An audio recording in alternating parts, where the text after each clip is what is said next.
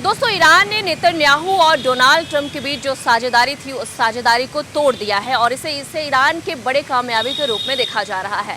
कहा जा रहा है, खबरें आ रही हैं कि नेतन्याहू और डोनाल्ड ट्रंप के बीच सब कुछ ठीक नहीं चल रहा है। दोनों के बीच बहुत कहासुनी हो गई है और डोनाल्ड ट्रंप और नेतन्याहू बातचीत के दरमियान गाली गलौज पे भी उतर आए।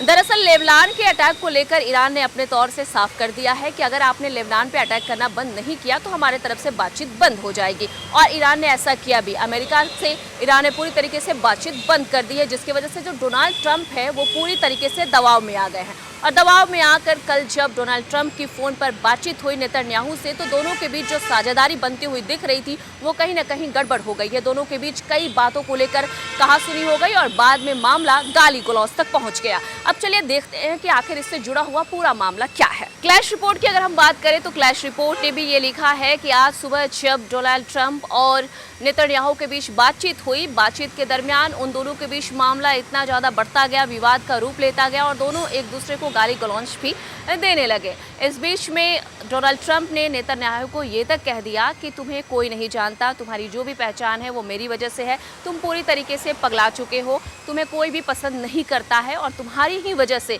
इजराइल को भी पूरी दुनिया पसंद नहीं करती है। आज तुम जो कुछ भी हो मेरी वजह से हो, तुम्हारा कोई भी वजूद जो है वो मेरी वजह से है, ये डोनाल्ड ट्रंप ने नेतन्याहू को कहा है। और अमेरिका जो है वो लेबनान को लेकर पूरी तरीके से अपना मामला को क्लियर करता हुआ मालूम पड़ रहा है कि लेबनान पर अटैक अगर अमेरिका ने नहीं रोका तो किसी भी मायने में ईरान जो है समझौता नहीं करेगा। और यही कारण है कि डोनाल्ड ट्रंप पर लगातार दबाव बढ़ता जा रहा है, क्योंकि वो कहीं ना कहीं चाह रहे थे कि किसी भी तरीके से इस डील को किया जाए, जिसको लेकर ईरान अब बिल्कुल भी समझौता करने को तैयार नहीं है।